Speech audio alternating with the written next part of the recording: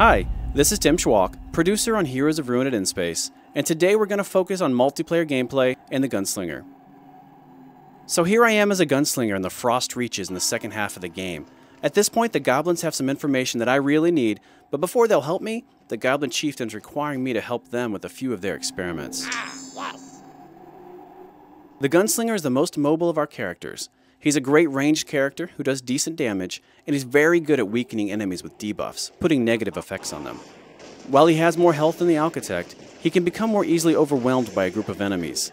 He deals more direct damage to single enemies, making these glacier golems easy pickings. Here I'm using a mix of my default charge attack, my powerful bullet storm ability, and bullet barrage, which allows me to strafe as I fire. He's strong enough to play alone, but he's fantastic paired with other characters.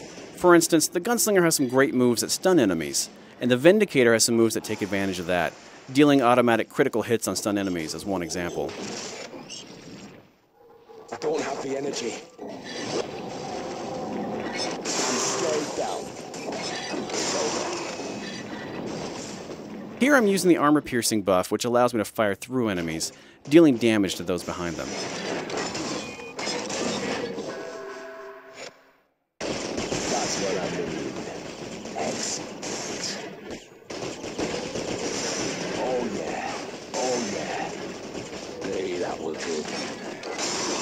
And stay down.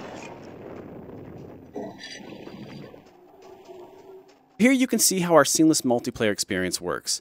As a host, you'll get a notification when someone joins or leaves your game, and at that point, the difficulty of the level will adjust itself on the fly. Up to 3 others can join my game, either locally or over Wi-Fi, and these can be either friends or strangers. You can voice chat with friends over Wi-Fi, and you can even talk to non-friended players if your system's parental control settings allow for it.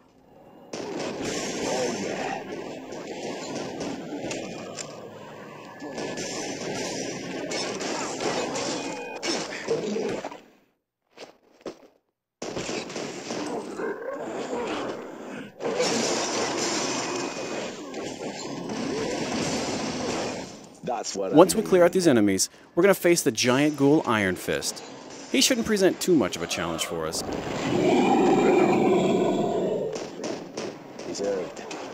Here's an example of a simple strategy you can use when you combine a ranged character with a melee character. The Savage can keep enemies at bay with a strong melee attacks, while the Gunslinger fires at them from a safe distance. There are, of course, more in-depth strategies where specific powers are concerned, but this is a tried-and-true way to combine forces.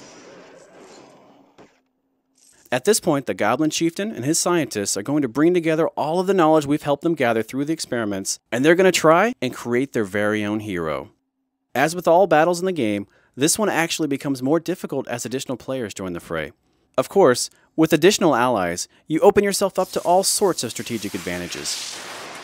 Unfortunately, something goes terribly wrong, and we're left to clean up the mess. The Goblin Colossus attacks actually resemble some of the experiments you helped the Goblin Scientists complete. The Goblin Colossus also becomes more dangerous as he nears death. He has a desperation buff that boosts his damage potential when he's low on health. One cool thing to note is that all buffs are shared between party members at certain distances when they're at their max level. Another cool thing is that you can earn benefits by playing with your friends. Heroes of Ruin is a lot of fun when playing alone, but the full potential of the title is unlocked when you join the quest to cure Ataraxis with other gamers. Watch for Heroes of Ruin, coming soon exclusively to the Nintendo 3DS.